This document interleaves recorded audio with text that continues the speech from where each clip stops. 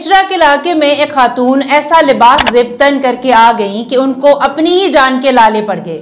السلام علیکم ناظرین، میں ہوں ہیرا ڈار اور آپ دیکھ رہے ہیں پی فار پاکستان۔ یہ واقعہ کل لاہور میں پیش آیا، جہاں ایک خاتون ایک ایسا لباس پہن کر اچرا کے علاقے میں آ گئیں جہاں لوگوں نے ان کو گھیر لیا اور نعرے بازی شروع کر دی۔ ناظرین، آپ کو بتاتی چلوں کہ خاتون کے لباس پر عربی کا کوئی لفظ بار بار لکھا ہوا تھا جو بظاہر ایک سورت یا آیت کا امپریشن دے رہا تھا۔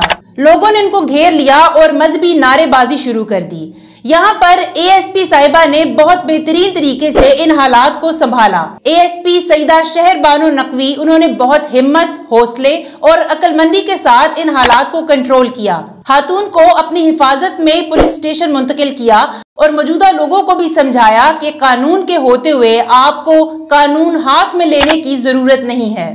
ناظرین، تحقیق کے بعد پتا چلا کہ خاتون کے ڈریس پر جو لفظ لکھا ہوا ہے وہ عربی کا لفظ حلوات ہے، جس کا مطلب خوبصورت یا میٹھا ہوتا ہے، اور یہ لفظ عرب ممالک میں عام استعمال کیا جاتا ہے۔ یہاں جو چیز سمجھانے کی ضرورت ہے وہ یہ ہے کہ بے شک قرآن پاک کو اللہ پاک نے عربی میں نازل کیا ہے، تو یہ عربی زبان کے لیے ایک اعزاز تو ہے، لیکن اس کے علاوہ یہ زبان ایک عام زبان بھی ہے اور پوری دنیا میں بہت سے ممالک میں عربی کو ایز اے لینگویج بھی یوز کیا جاتا ہے۔ بالکل ویسے ہی جیسے ہم اردو یا پنجابی میں مختلف قسم کی باتیں کرتے ہیں اور اپنی بات کو پہنچانے کے لیے اپنی زبان کا سہارا لیتے ہیں، بالکل اسی طرح عربی کو بھی استعمال کیا جاتا ہے۔ عربی زبان میں بہت سے اشعار، رومانوی اشعار، کہانیاں، جگتیں، ہر ایک چیز آپ کو مل جاتی ہے۔ اس کا ہرگز یہ مطلب نہیں ہے کہ جہاں عربی لکھی ہوئی ہے اس کا تعلق مذہب سے ہوگا۔ ناظرین، ہمارا مذہب بھی اسی چیز پر زور دیتا ہے کہ جب بھی آپ کوئی بات سنیں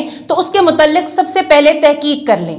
اگر اس بات کو سننے یا دیکھنے کے بعد موجودہ لوگ تحقیق کر لیتے تو شاید اتنا بڑا حادثہ نہ ہوتا۔ ابھی تو شکر ہے کہ پولیس وقت پر پہنچ گئی، ورنہ نہ جانے اس خاتون کے ساتھ کیا ہو جاتا۔ ہم دنیا میں کہیں بھی رہیں، کسی بھی مذہب سے ہمارا تعلق ہو، ہم پر یہ ذمہ داری عائد ہو جاتی ہے کہ ہم اپنے اور دوسرے مذاہب کا احترام کریں۔ ہم ایسی کوئی حرکت نہ کریں جس سے دوسرے مذاہب کے لوگوں کی دل آزاری ہو۔